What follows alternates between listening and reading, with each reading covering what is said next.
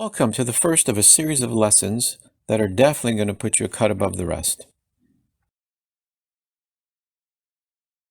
But it's a double-edged sword. These lessons will make you a better player, but they'll make it frustrating to play with people who do not understand these techniques.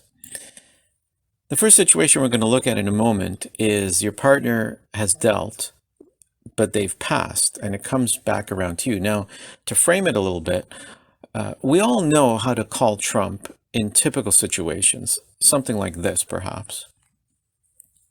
You're dealing, your 10 of diamonds is up, you're going to pick it up.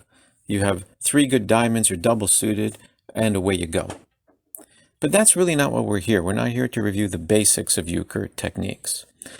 We're going to explore the finer points.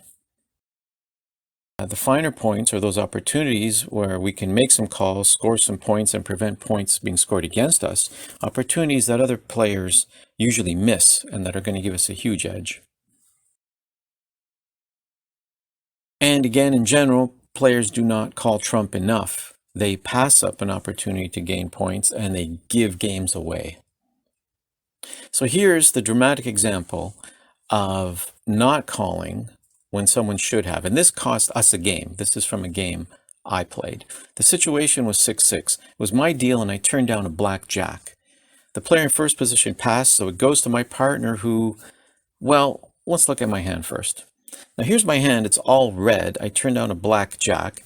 The details of what's in my hand really don't matter that much. My partner can't see them. But I wanted you to see what happened to kick things off. So my partner passed. I turned down a black jack, it went to them and they passed. Sure enough, the player to my right, position 3, went alone in black and we lost 10-6.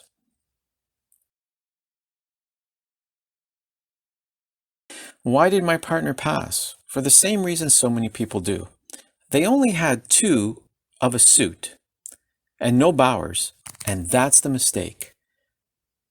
Thinking that only 2 of a suit and no bowers was not good enough. So the key learning is, when your partner turns down a black card, they are shouting, "Go red." When they turn down a black bower, they are screaming, "Go red," and vice versa.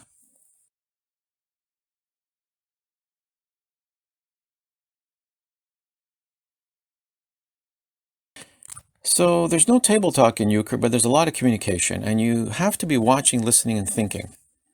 You do not have one hand in play, you have 2, and they communicate with each other. If you have 2 of the suit opposite to the turn down, call it. Chances are huge your partner has at least a couple of trump. In that situation, my partner had 2 diamonds, it turned out. Other examples of how to call when your partner turns down a card. In this case, if your partner turns down a red, you go spades. No bower. You do have an offsuit ace, which looks nice. You might have confidence in that.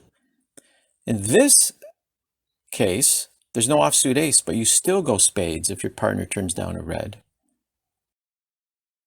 And in this one, the spades are less powerful, but you still go spades. No offsuit ace, no big spades, you still go spades. So to review, euchre rewards proactivity and punishes passiveness. Too many are too passive. A great time to call is when your partner has turned down a card. You now have a lot of information, the color they don't want. So you call the opposite color if you have 2 of something. Chances are they will have some trump, and also, importantly, you have blocked your opponent from calling or going alone. If you've been open-minded to learning, to questioning how you play, you'll use this strategy and it'll be an eye-opener. And now you'll be ready for more lessons that follow from this, the secrets that will make you great.